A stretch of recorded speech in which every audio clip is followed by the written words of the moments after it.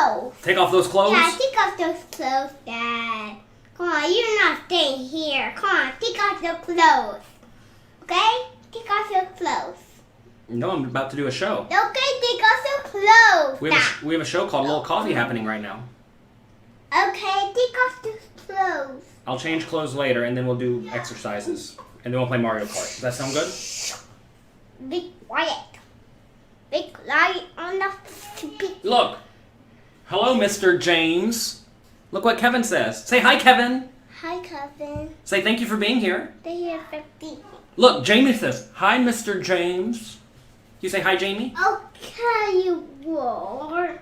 Be quiet. It's the first day of school. It's the first day of school? Yeah. Gotta listen? Yeah. Okay.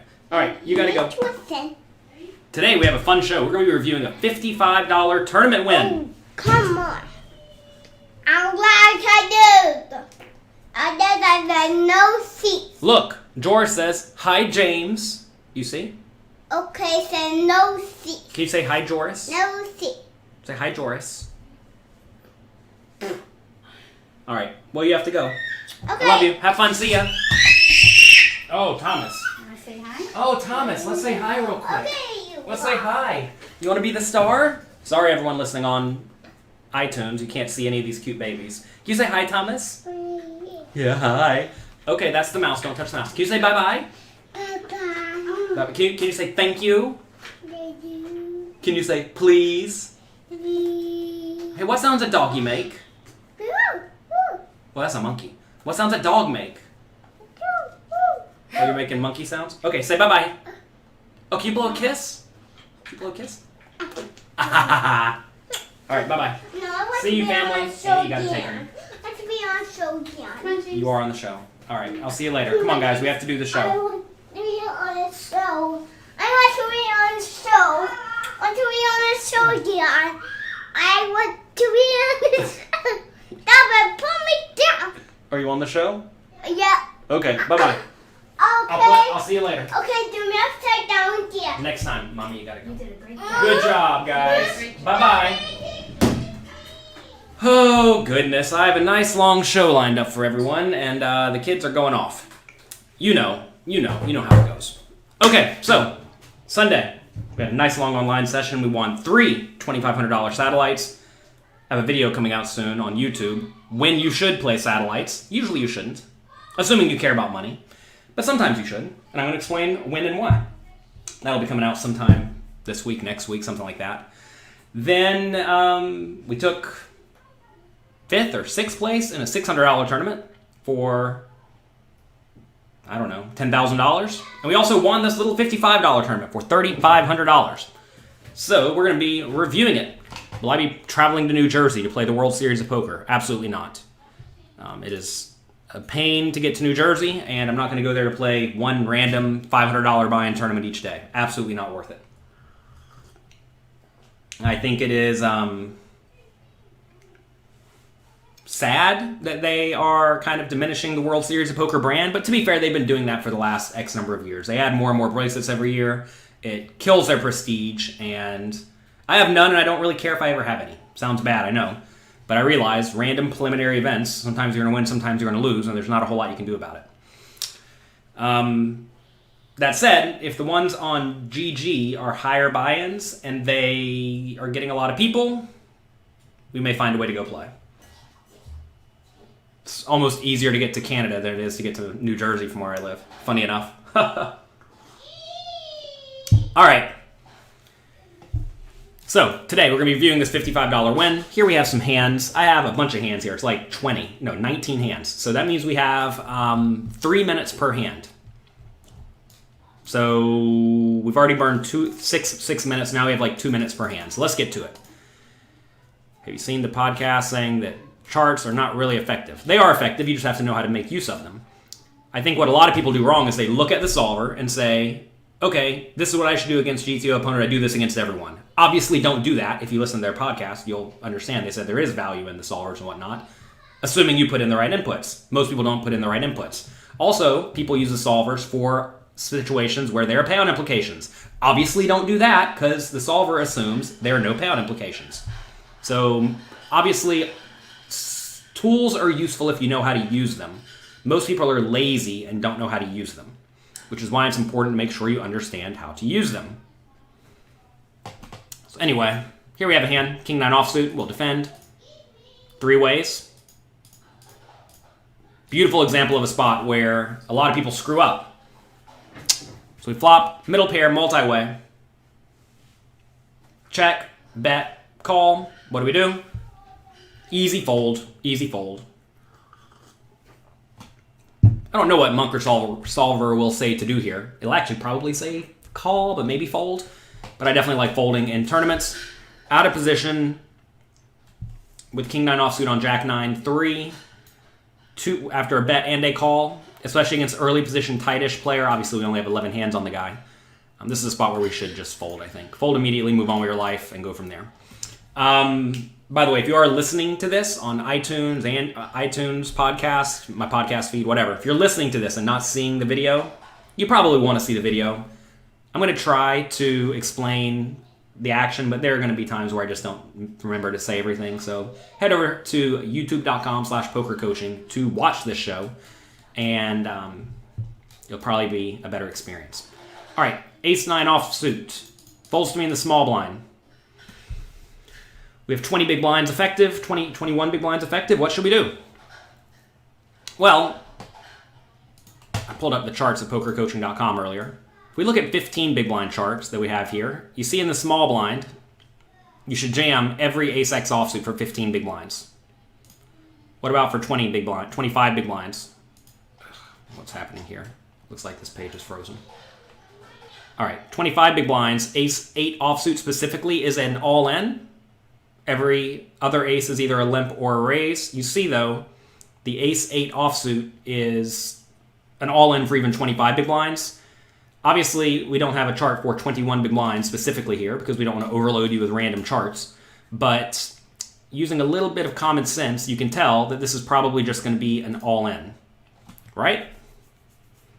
So, nice, solid, all-in situation with the ace-9 offsuit from the small blind, and the opponent folds. That's a spot where a lot of people get cute and they limp or they raise, and then they get jammed on and they have to call it off reluctantly, and that's really not what you want. What's the VPIP preflop raise threshold for calling someone tight? It depends. Like 13/8, probably tight. 15/11, tight enough. 20/7, tight when they raise, but not tight overall. 29/18, definitely not tight. 17/11, kind of tight. 28/16, not tight. So what's the threshold? I don't know. Two rather small numbers, something like 15 or lower. If you all enjoy this type of content, let me know. Click like, click subscribe. People keep asking for Hold'em Manager for free. I'm not giving away Hold'em Manager for free, by the way. I'm giving away this exact collection of stats for free. This is called the Heads Up display. It is a little file. You can't just get the file and have this magically appear on your screen. You have to get the program called Hold'em Manager first. You can get that at jonathanlowpoker.com/resources. I believe it costs about $100. But then, once you get that, send me an email, and I will give you this collection of stats if you want them. All right, 2 big blind raise from Ira Glass. This is a player who I actually beat 3 weeks ago, and I think it was a $50 game or a $100 game, something like that. I beat him heads up, so that was fun. We've done pretty well. I think we've had 4 wins in 5 weeks. Well, when I say a week, I mean a day. We've had 4 wins in 5 days, which is pretty sweet, and a few seconds and thirds. So anyway, here we have ace-queen offsuit facing raise from a generally good, tight, aggressive player. I'm definitely going to be all in for 20 big blinds with ace-queen offsuit from the small blind. There is no other option. Easy, easy, easy, all in. A lot of people asked me when I was streaming. You can find that entire stream, by the way, at pokercoaching.com in the member section. So go back and rewatch it if you feel like it. A lot of people said they thought they'd watch for like 30 minutes. Turns out they watched for 17 hours. Apparently it was a fun, good stream. We'll stream again on Sunday. I'll make it public for everyone. So this Sunday, starting at 1 p.m. Eastern Time, we'll be streaming my entire session. We did from 1 p.m. till, I think, 4 a.m., 4:30 a.m. last Sunday. So we'll do that again, hopefully, with any luck. Anyway, a lot of people said, are you really going all in this often in live poker? And the answer is yes. You have to realize whenever you have short stacks, you're just all in a lot. we have a checklist. I'm actually in the process of making my tournament masterclass, and we are designing flowcharts for everything you need to think about in which order. So yes, we have thought about that. Under the gun, min bet could be a monster. Sure. But we have 20 big blinds. We have ace queen. Doesn't matter. Sometimes, if you get a good hand, that overrides everything else. Also, it could be nothing. This is a good, competent player. This is not a fish. Ira Glass seems to be a very competent player. I don't know who it is, but seems to be a nice, good, solid player. Nice, good, solid players are going to have some bluffs from early position. All right. Anyway, easy call. He has ace of clubs, queen of spades. I have ace of diamonds, queen of clubs. He dominates me. 4 flush comes, and we lose. So we rebuy.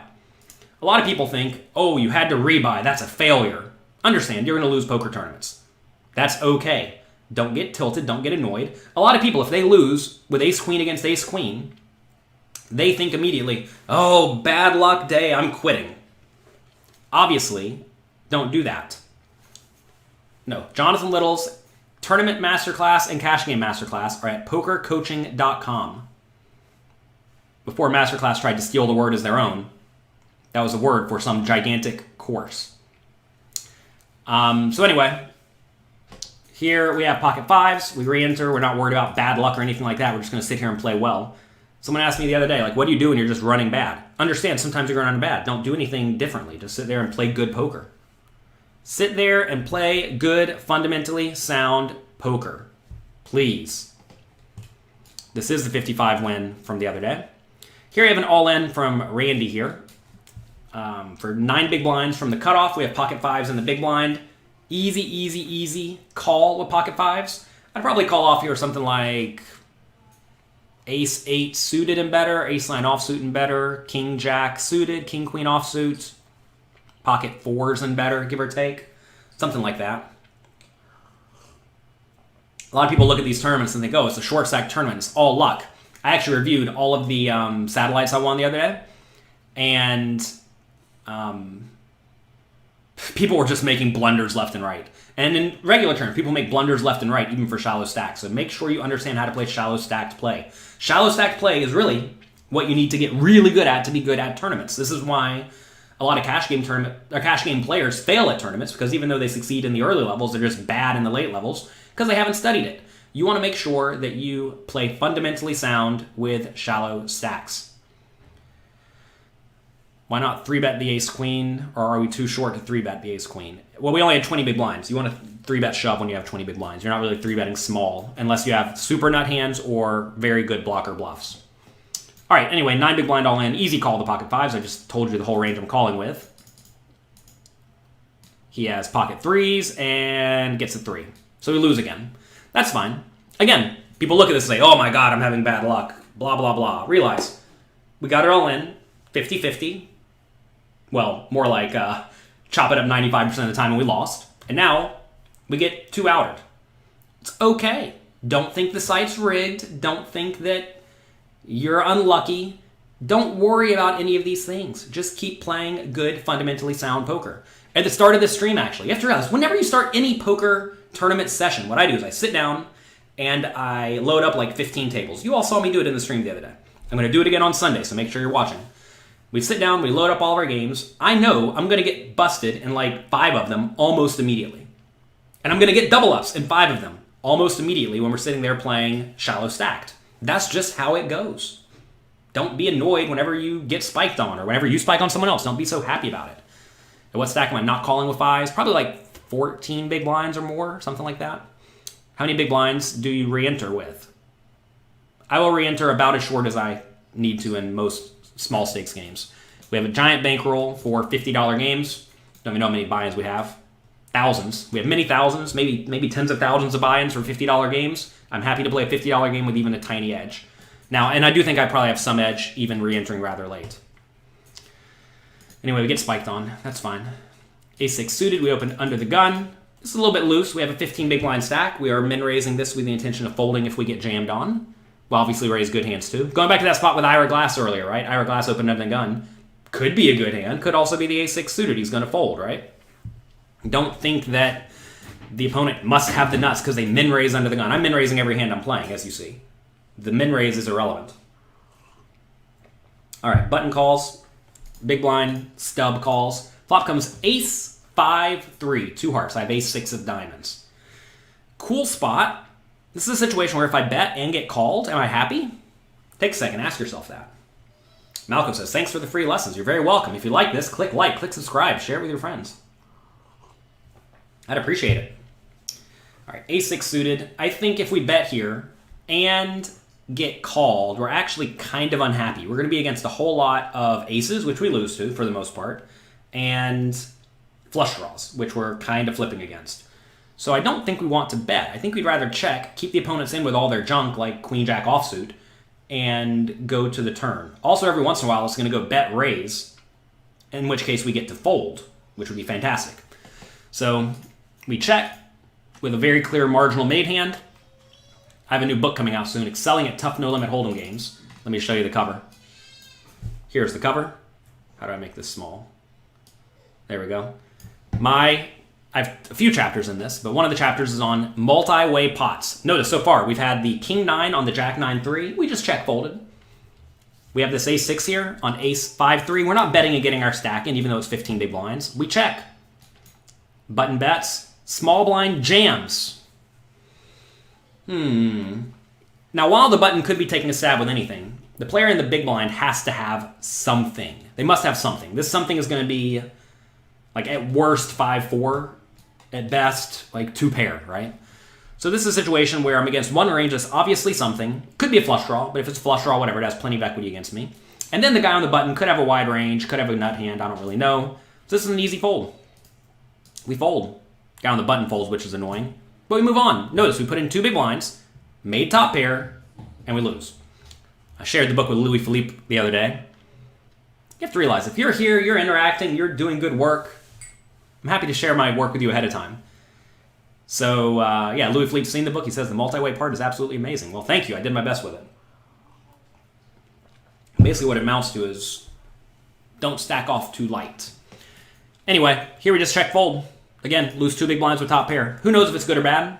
I think it's probably good. 13 big blind shove from the small blind. We have ace 3 offsuit in the big blind. Easy call. Easy call. Is it ethical to use push-fold charts at the table? Sure. Why not? Is it against the rules? If it's not against the rules, then it is certainly acceptable. Is it ethical? Sure. I mean, I have no problem with using whatever tools are legally available. Problem is it actually legally available? Sometimes it is, sometimes it isn't. Natty says, look at the chart after folding. No, Natty, look at the chart before the hand is dealt. Don't look at it while you're like in the middle of the hand. Don't have your phone out looking at your cards doing this number. But what you do, look at the chart before it folds to you. Say you're in the cutoff with 8 big blinds. Look at the cutoff with 8 big blind charts. Memorize it. Memorize the bottom part of the range. That's not all that hard to do. And then put it down. You have to keep like 5 hands in your range, right? You know, whatever it is. King 6 suited and better. Queen 8 offsuit and better. Whatever it is. So you know if you get one of those hands, you jam. Nice and easy. How do you get your HUD to show up on more than one table? I think you have to pay for it. James, you want to say bye-bye? Okay, bye-bye. Okay. Okay. Anyway, easy call here with ace 3 offsuit. You don't love it. Again, he could have ace king. Sure, he could have all sorts of stuff. His jam actually is a little bit unnerving because a lot of people do only jam like 13 big blinds with hands like ace X and better. But whatever, his stats are normal. 19/14 is fine. You know, this is an easy call against the vast majority of people. He has queen 6 suited, so you know we get it in roughly flipping, and we win the flip. You're gonna find that you have to win flips in short stack tournaments. Sorry, it's the case. You must win flips. Pocket 9s, you raise it up. Small blinds all in for 2.93 big blinds, so we cannot re-raise here. Big blind calls, I call. We're playing 18 big blinds deep, pots 9. Flop comes 8-8-4. We're against the big blind. He checks. We're definitely going to bet our pocket 9s here. Some people think, oh, I want to check to try to bust a player. I do not care in the least bit about busting a player in the middle of a poker tournament. It's completely irrelevant. Completely irrelevant. So we're definitely just going to bet here. We have the best hand the vast majority of the time. Whatever Stars has some equity. Like literally everything has some equity. It may only be 3 outs, but it it is at least some equity. So I don't mind betting. If he does have ace high, he could very easily call a small bet. So I like a small bet here to just extract value. If I do get jammed all in here, take a second. Think about what I would do. Would you call if his raise was 4 big blinds or more? No, I would definitely jam there. If you have a skill edge, don't you want to minimize flips? You have to understand that whenever you're folding in a flip that you only need to win 45% of the time, that is your edge. We need to win 45%, but we're going to win 50%. You're just crushing the game. By folding in that spot, that's how you don't have an edge. You can't give up spots where you're having a large edge on your opponent. Also, you don't know you're flipping, right? Like with the ace-3, I think we're ahead of the guy's range. Is there such a thing as tournament strategy? All we see is push fold and whoever gets lucky wins. Where's the strategy in that? Well, right here, Chatty, right? Someone just said, shouldn't you avoid these flips? The answer is no. Part of the skill is knowing when you should be calling in these situations and when you should be folding. And it turns out most people are awful at 20 big blind poker, especially the people who think it's all luck. They're especially bad because they just look at a chart and go all in or fold every hand. They don't understand how to play post flop with 20 big blinds at all. If you look at a reshove or fold chart like some people try to put out and charge you for, you're just going to be punting money left and right. We've discussed this many, many times. If you are bad at short stack poker, you are going to be bad at tournaments. And if you just blindly look at reshove or fold charts, understand they're screwing you up completely because you get to call. Calling is allowed and playing post flop is allowed. Maybe we'll see some of that in the future. Well, hey, right here we have 20 big blinds. We're not all in or folding. We're playing post flop. Anyway, we bet small. He calls. Oh, if he did check raise us all in, we have an easy call. Turns another 8. He checks. We have the best hand basically always. Should we bet small or should we jam? Or check, I guess. Again, he could have an 8. Obviously, there are way more 4x in his range and way more ace-x in his range than an 8. So I think we want to bet small here. We're trying to get called by a 4. We're trying to get called by an ace. This is a spot where a lot of people screw up and they go all in. And when you go all in, he's going to fold out the ace highs, which you want to get called by. And he may even make a nitty fold with a 4. So this is definitely a spot to make a small bet. We do go 5.3 big blinds. Smaller may be even a little bit better, like 4.2 big blinds. River's a jack. He checks. Now we have 10 big blinds, pot's 26. This is a situation where we have the best hand virtually always. Should we value bet, though? So this is a spot in tournaments where I think checking is probably right. A 4 probably should fold to the river. Not saying they will, but they probably should. So now we're only getting called by 7, 6s, 5s, which is a pretty small range, which might have even ripped it in pre-flop. He could have an 8. Don't forget that. We could be beat. He could have had a hand like Queen, Jack of spades. Check called small bet on the flop, decided to splash on the turn. I don't think it's likely, but he could. So we actually don't have the best hand all the time here. And also, conserving this 10 big blind stack is pretty valuable. Again, a lot of people screw up. I think they jam, and I do think jamming here would be a bit of a punt against a player in the $55 games. Against better players in the higher stakes games, it's probably okay to jam. But this is a spot where I think we need to check. How do you get a printable version of our charts? Well, I would say print them out from the site, but you say it's not legible when you print them. I don't know. I'll put that on the to-do list. All right, I'll have printable charts on the to-do list. All right, check. He does have the ace-4, and we win. All right. Again, we have a bunch of hands to go through and not much time. So we have to move quickly through these. All in for 6.4 big blinds. I would easily call with ace-3 suited in the big blind. Now we get a call as well from the button for the same stack size. We have 40 big blinds here. This is close. Notice we need 26% equity to justify calling. How much equity will ace-3 suited have? I ran this yesterday. I'm not going to do it again because it takes a little bit of time. But we're going to have somewhere between 26% and 30% equity, depending on the ranges at play. Notice the initial shover is very loose, 36-25 over 28 hands. 28 hands is not a ton. So this player could be very, very, very loose. Player on the button must have something. But even then, for only 6 big blinds, it could also be a whole lot of like Queen Jack suited type hands and whatnot. So do we have 26 to 30% equity? Already ran the numbers away from the table. I know we do. And I think this is a call. You don't love it. You're not printing tons of equity here. This is another good example of a flip, right? Where I think I am going to win roughly 30-ish% of the time. And 30 is more than 26. It's a lot more than 26. So we should call here. If this was for all of my chips, would I call? I mean, like, probably. It's definitely close. Someone's ringing the doorbell. Goodness gracious. It may just be James screwing around. I'll be right back. Oh. Okay, bye. James is going outside. Anyway, this is a call. Is a raise terrible in this spot? We can't raise. Notice both players are all in. It's all in for 6 big blinds and call. There is no more money to play post flop. If we were like deep stacked with someone, I would fold. So understand this is a different scenario than if we still have money yet to bet. Make sure you pay attention to all stack sizes involved. Here it is, 6 and 6. And I have 40. Anyway, easy call, I think. Well, maybe not easy call, but I think a call you need to make. If we were on the bubble of the tournament, I would definitely fold. Why would I fold? Because now cash considerations has to be tight because he's shallow. Free two-pan has to be tight because he's on the bubble calling it off. Then I would definitely fold this hand. So you understand that it's not just always call or always fold. This is where people really get screwed up by things like charts or running things in a solver, because a solver will tell you to call here literally every time. Whereas sometimes you should, sometimes you shouldn't. Is it reasonable to avoid major spots with very thin equity? Yeah, this is not a major spot though. This is nowhere near a major spot. If I lose, I still have 32 big blinds, right? So this is not a major spot. This is a easy call. Board runs out. Ace, queen, 4, 10, ace. We have 3 aces. You think that's good?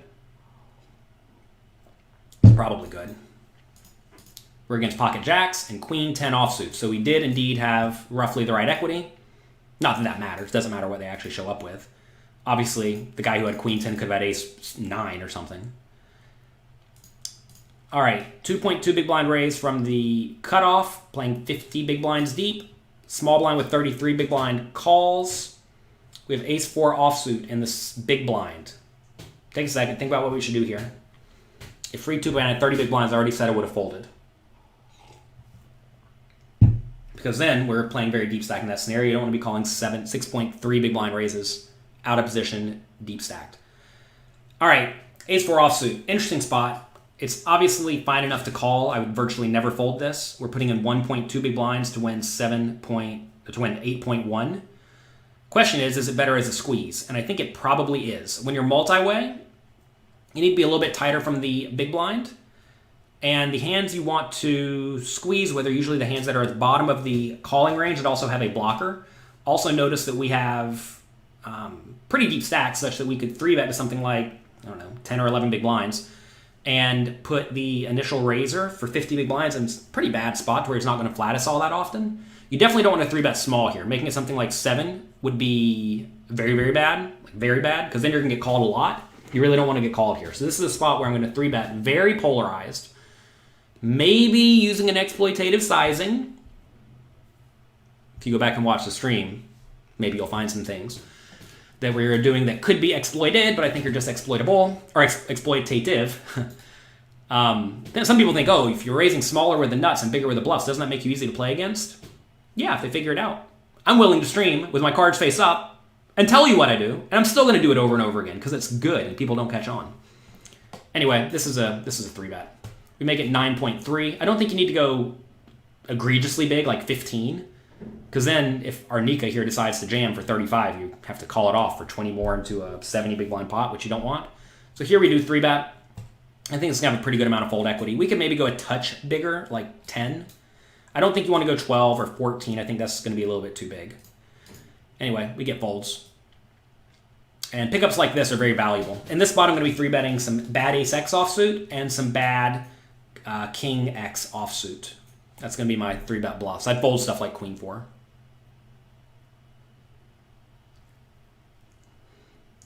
Mr. Mischief, I already said that in that ace-3 suited hand, if this was for all of my money, I still would have called. So there's no situation where I'm not calling off in this scenario. Because if I have 6 big blinds, we're not winning the tournament anyway. If I have 30 big blinds or 20 big blinds, we're not winning. I mean, you need to play hands. Does making exploitative plays make you exploitable? Of course. And actually, the interesting thing is, when you make exploitable plays, you are more exploitable than the edge you're trying to get on your opponent. Typically, your opponent can exploit you for 3 to 4 times as many chips as you are trying to exploit them for if they perfectly counter-adjust. But they're not going to perfectly counter-adjust. But that is a case for playing just strong, good, fundamentally sound strategies all the time, or not using exploitative strategies in general. But in random $50 tournaments against people who I don't know, who will never see me again, I'm all for exploitative plays. If I was playing the higher stakes games, you'll see me making way fewer exploitative plays. Did their stats help me squeeze? Yeah, so the initial raiser's a little bit loose. Caller's normal. But that's definitely a spot where stats are relevant. If the initial raiser was tight, I would just call the hand, but reluctantly call. All right, pocket sixes. Button raises, a tight player playing 7/5. You want to know what a tight player is. 7/5 is a tight player. Pocket sixes on the button playing 60 big blinds deep against this guy. We will flat. Try to see the flop. We see it heads up. 4-3-3. He bets, I can't tell. Oh, I remember this hand when I replayed it. It's kind of weird. I think his stack got screwed up or something. He bet tiny. He bet like 2 big blinds or 1-point-something big blinds. Easy call here. You don't want to raise. Yeah, he bet 1.73. If you raise and he calls, you're not really happy. Obviously, he could call with some worse hands, like ace-king. But I'm cool with just calling here.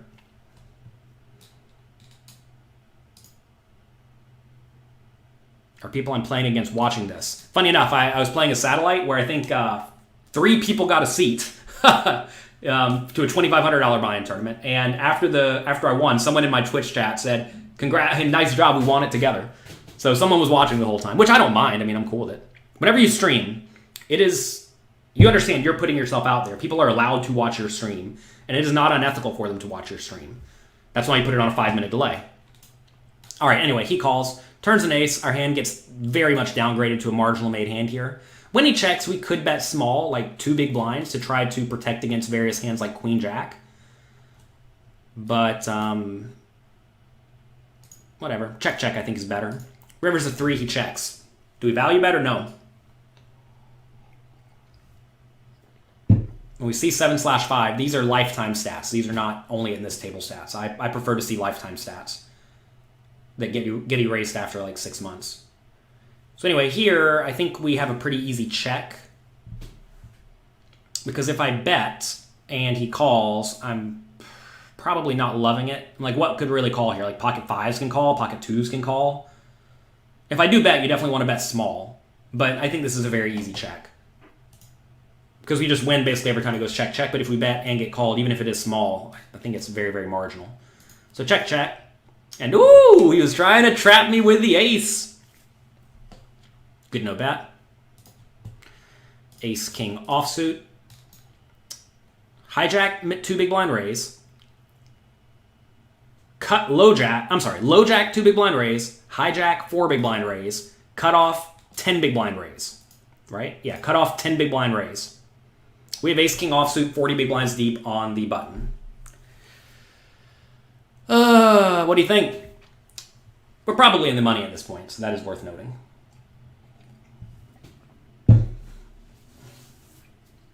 I'm doing one thing virtually every time here. It is worth mentioning the 3-better's kind of tight. We have people thinking all sorts of things. Flat, call, flat, jam, fold, 3-bet small. I do not have a bluffing range here, Mr. Mischief. My bluffing range is like ace-queen suited. Maybe ace-king offsuit, if you call this a bluff. This is an all-in. Easy all-in, in my opinion. Even though we are against a 4-bet from a somewhat tight guy, 77 hands. This is where you have to ask, do the stats matter all that much? And it's hard to know. He does have 8% 3-bet, which is a real positive number. I mean, obviously, you see mine in the tournament is 15, so we're playing pretty absurd. Anyway, this is an easy all-in. Louis Philippe, I would literally never cold call here. I think when we cold call, what's going to happen is when we get an ace or a king, we're just not going to get paid. And when we miss, we're going to end up folding inappropriately sometimes. So I think this is just a pretty easy all-in. And they all fold. So we win the pot. Ace-9 offsuit, we raise it up from the cutoff.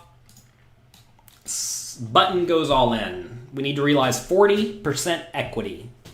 Do you think we realize 40% equity here with Ace-9 offsuit against the button jam from a pretty active player? Player is relatively active. In this spot, well, let's get out Equilab real quick. It's probably going to slow me down and make me not get through all the hands. We have Ace-9 offsuit. What do we think the guy is ripping it in with? Any ace, ace-x suit, any ace-x suited. Even if he's kind of tight, let's just give him good suited connectors, any pair, something like this. This is a tight range to shove. So against a tight range that's shoving, I have 43% equity. Right? 43% equity against a tight range makes this just a trivially easy call. He could be jamming way looser, given his stats are pretty active, so this is a no-brainer call here. A lot of people fold this very frequently, and this is a spot where we just have to call. Morphe says, very optimistic that with this shoving range. I do not think this is very optimistic. This is an easy shove with all of these hands for 15 big blinds against the loose opener. Like, what am I jamming with in this spot? Ooh. Huh. How wide do we go is the question. I'm probably jamming roughly this in this spot. So against my jamming range, ace-9 offsuit's a slam dunk call. If I had no stats, would I call? Yes. Because listen, Matthew, the way you want to look at these spots, whenever you see someone jamming, you want to ask, what does like a default range look like? And if you're fine against a default range of what I showed you initially, then you're going to be fine against basically everyone, because that, like, no one's shoving a whole lot tighter than that. So if no one's shoving a whole lot tighter than that, and I'm profitable against the tight range, then you're obviously going to be fine against the loose range. What's the worst ace I call here? Probably like ace-7. I mean, let's go back to the initial range I gave the guy. I don't remember exactly what it was, but it was something like this. Yeah. So I'd probably call ace-7 offsuit. See, that's barely profitable, right? If I call like ace-5 suited, probably, reluctantly. You hate it. See, ace-5 suited is actually fine. So anyway, easy call here. Everyone keeps saying, he could have blank, he could have blank. Understand, what he could have does not matter. What matters is how much equity you have against your opponent's range. You're only flipping against this king-8 suited. Yeah, exactly. And I need to win only 40% of the time. You nailed it. We're flipping. We have 50% equity against that hand. If I have 50% equity and I only need to win 40% of the time, I am printing money by calling. That's what people don't seem to wrap their hand around, that even if the guy has a good hand, we're still fine. All that matters is what the player's range is. Pocket nines, we open it up and get 3-bet by second position player. Yuck! Okay, what do you think? We raise under the gun off of a 20 big blind stack with nines. Second position at an 8-handed table, 3-bets us to 5.5. Pretty active player. Not insane, but pretty active. Everybody else folds back to me. So, look, I know I'm probably just not folding here, but you have to understand, when it goes raise 3-bet small, this guy probably has a pretty strong range. So if this guy has a pretty strong range, we're essentially calling it off with the nines. So what do we think a pretty strong range looks like here? Maybe he's still 3-bet stuff like ace-10 suited. He probably just 3-bets a lot of his hands he's going to play here. Let's give him something like this. Does he call it off every time? I don't know. If he has exactly this range, how does nines fare? Nines has 42% equity.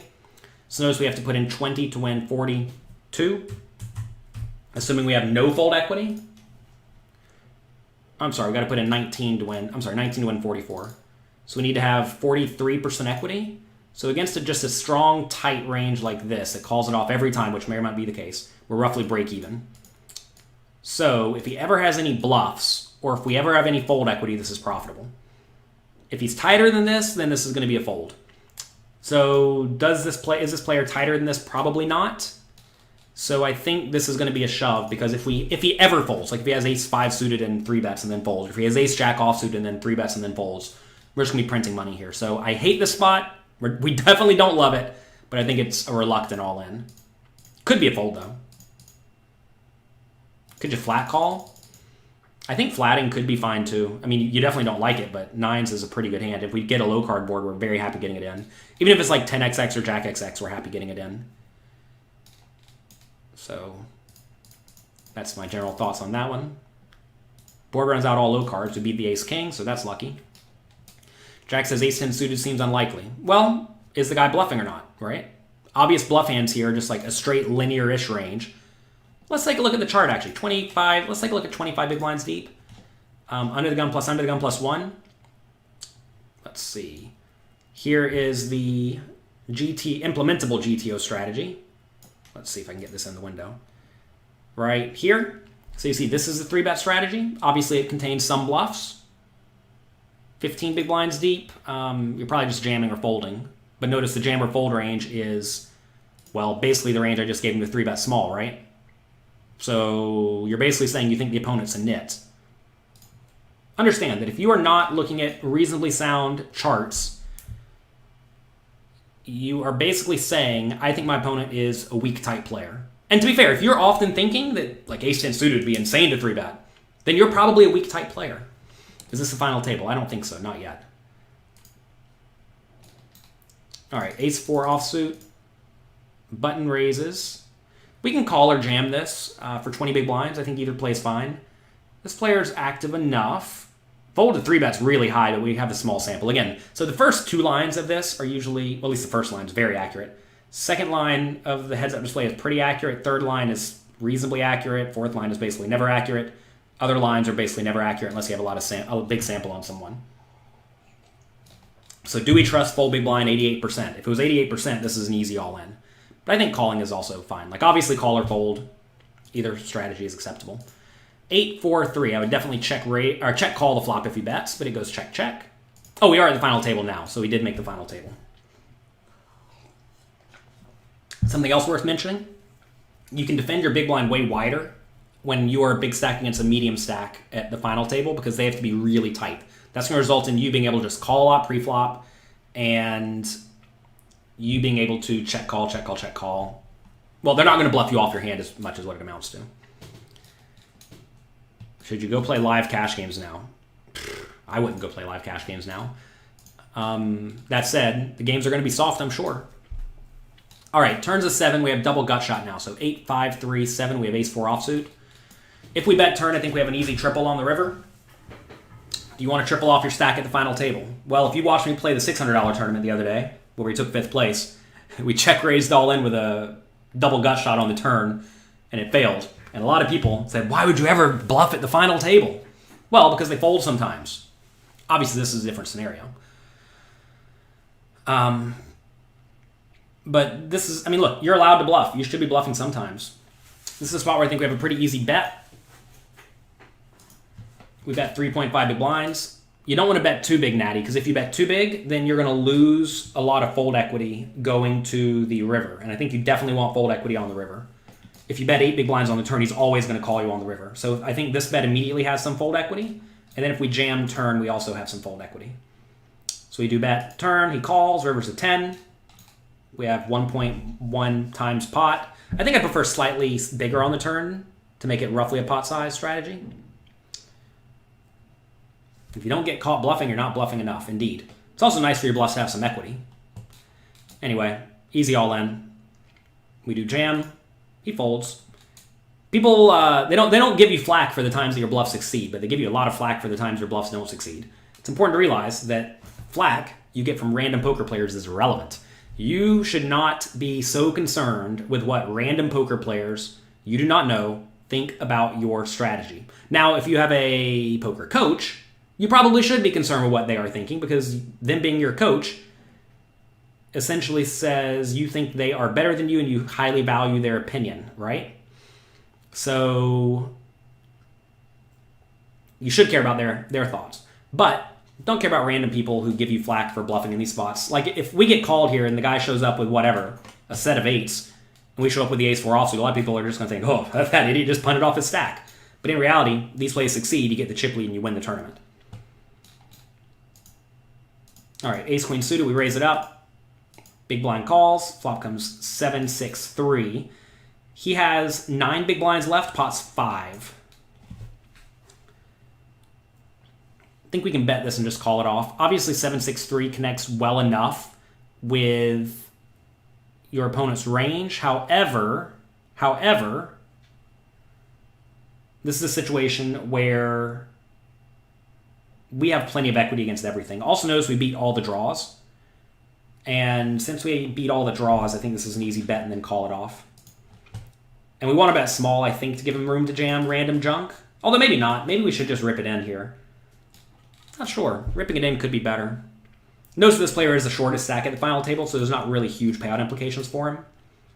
But I think betting small or jamming is fine. Probably jamming's just better now that I'm looking at it. Anyway, he jams on me. Easy call, like I said. We do beat all the draws. And worst case, let me just show you. Even if he does have, like, I don't know, 8-7. Let's give him 8-7 offsuit. 4, 7 of clubs, 6 of diamonds, 3 of hearts. We have ace, queen of clubs. You see, even against that range, we have 26% equity. So even against like pairs, we need to win 30% of the time. We're going to win 26. So it's reasonable, right? I mean, we're calling off poorly. But notice if he just starts to have some draws in this range, then we're just going to be crushing it. When will you do audio lessons only for your long drives at work? I have many audiobooks. I don't know how many hours of audiobooks I've recorded, but it's got to be like 40. So you have 40 hours you can study from. He has the king 6, so we were live. Called it off slightly behind, but again, how you call it off is not all that relevant because, well, it's relevant, but this exact scenario doesn't matter. You have to also realize he's going to have plenty of draws available. All right, small blind, worth mentioning. This guy's stats are kind of tight, but he was battling hard. I don't know why his stats did not appear as if he was battling hard, but I was paying a little bit of attention, and he was battling hard. We have 50 big blinds at the final table. This guy has 33. Other two stacks have 21 and 14. So this is middle stack against big stack. He limps small blind. We check the 9-8 offsuit. Flop comes 9-5-2. He checks. I bet small. Well, 60% pot, as I would do with a lot of my range here. He check raises to 5 out of his 33. Take a second. Think about it. What do we do? Well, here, I think we need to call. If I jam, he's probably going to call off only with good draws and good made hands. And against good draws, we're flipping. Against good made hands, we're losing. And he could have me beat here. I mean, realize he went small. He could have all sorts of random stuff. So we're definitely going to call. I'm definitely not folding. If you say fold here, you're playing way too tight. Way too tight. Remember, this guy is battling a little bit. You'd normally fold. I'm telling you, if you're folding top pair against anyone who's competent, you are just going to get absolutely crushed. Like, absolutely crushed. You will not win at poker if you're check folding top pair against competent players. Now, maybe you're playing against super nits, right? If you're playing against super nits who literally never bluff, then sure. All right, so anyway, easy call, I think. Turns at 3, 6-4 gets there. That would probably check raise flop. Ace 4 gets there. That would probably check call flop. He bets again. 6 big blinds out of 13. Seems like easy call to me again. Really, the only bad rivers here are going to be clubs. Clubs are especially bad. Is there any other bad river? I mean, I suppose a 4 is pretty bad. He could randomly have an ace or a 6. Is a 6 bad? Could he randomly have a 4? Yeah, 6 is bad. So ace is bad and 6 is bad. Basically, every other river is okay besides a club. Even then, club's like okay. Because backdoor diamonds miss. Anyway, we call. Should we ever jam here? The problem is if we jam, he's only going to call us when we're beat, which is not great. We may force him off draws, which is good, but when we're beat, we're just like dead. So we definitely want to keep him in with bluffs, so we call. River's king of diamonds, he goes all in. So backdoor flush comes in. King high flush comes in, right? He would jam with the king if he had it. Like say he had king 4 of clubs or whatever. It's a hand that may check raise. Would I bluff clubs on the river if he checks to me? No, absolutely not. Anyway, in this scenario, I think this is a pretty easy call. We beat lots of bluffs. Notice we beat 8-7. We beat 8-6. We beat 7-6. We beat all the clubs besides king high. Diamonds we do lose to. He may just be stone airballing us. I'm telling you, this guy was relatively active despite his normal-looking stats. The problem with calling here is that we have this ugly 8 of clubs in our hand. Is that enough to make this hand not a call? And I think it's not. Not against this guy, given the way he was battling kind of hard against me. I know you don't see the battling, given we're watching only the hands I filtered. But I think this is a reasonable call spot. You don't love it. These are these spots, again, where people, if you call here and you lose, people will say, oh, idiot, you called off with a bluff catcher. People never bluff. But they do bluff sometimes. They do bluff sometimes. We beat 9-7 and 8 ace 9-7 and 9-6 of clubs. If this guy check raise flop, bet turn and bet river with 9-7 of clubs, he's terrible. He's terrible. Because just check call or bet the flop. And then don't bet the river. You have a very clear bluff catcher. Anyway, we call. I literally never fold. If you know me, we just don't fold. He has ace-3 of clubs, which I also think is a particularly terrible play. This hand should definitely just check call flop or bet flop. It should not check raise flop ever. It should not bet turn with a marginal made hand. It should not bet river with a marginal made hand. Guy just doesn't know what he's doing. Overly aggressive. So anyway, we get him. Now we have all the chips. Ace jack offsuit. All right, so we're playing three-handed. It is worth mentioning I've shoved all in, I think, 4 hands in a row at this point because there are realistic payout implications. Don't have the, maybe do I have the image on hand? Let's see if I have the image on hand. I do. Let's see. So here are the payouts. 3,400 for first, 2,100 for second, 1,500 for third. So, real payout jump, $600. Both players are very short. At this point, your goal when you are shallow is pretty much to outlast the your goal is to outlast the other short stack. So that allows me to jam very, very wide. And for that reason, I think we should just continue jamming a lot of these hands. So we are jamming into 18 big blinds and 14 big blinds. Ace Jack's like a little bit good to do that, but I think jamming's probably just fine. I think it seems like a fine all-in hand. Again, I've jammed the last few hands in a row, so we're going to get called slightly light anyway. We do jam. We do get called. Board bricks off. But we beat King-Queen. So that's good. We want to flip. Got to win your fair flips. Nice thing about this is even if I lose, I can still apply a lot of pressure to this guy. I'll still then have 37 big blinds to my 70 and to the other guy's 13. So even if we lose this hand, it's not that big of a deal. All right, heads up, 10-9 suited. I doubled up my opponent. First hand, I jammed like king 2 offsuit into his pocket aces, so he got a free double. So now we're playing 26 big blinds deep. I min-raise 10-9 suited. He calls. Flop comes queen 9-3. 1 diamond. This is a very clear marginal made hand. How can you get better at winning flips? Play more flips. A lot of people think, oh, you're so lucky you won the flips. That's why you won the tournament. Well, first off, we lost a lot of other tournaments. But also, everyone has the same luck in the long run. If you ever blame luck, point to luck, etc., you're a fish. And you're going to have a very difficult time succeeding because you're thinking about things and giving brain space to things that do not matter. Is that blunt enough? Is that honest enough? Don't worry about things that are completely out of your control. All right, anyway, here we raise opponent calls. We have a pretty clear marginal made hand. So we'll just check it back, call any turn bet, call any river bet. Turns a 10, which is great. He checks. Now we are going to value bet using a pretty big size. When it goes check, check, flop, and you want to bet the turn, very often you want to be betting using a big size. He does call. River's 5 of diamonds. He checks. We have the best hand basically every time. He probably has a 10 or a 9 or air. If he has a 10 or a 9, will he call a medium to big bet? Probably. You probably should call him medium to big bet. Heads up. Luck matters if you only have 2 buy-ins. If you only have 2 buy-ins, you're also a fish. Move down, play stakes about 1/50th the size that you're playing, and then you have a nice full 100 big blind bankroll. Congrats. You're in fine shape. The great thing about poker is that you can always just move down and double your bankroll. Why not overbet on the turn? Seems like a great spot for that. Maybe it is, maybe it's not. It's not. I'm not sure. I'm not the best at playing 30 big blind deep heads up.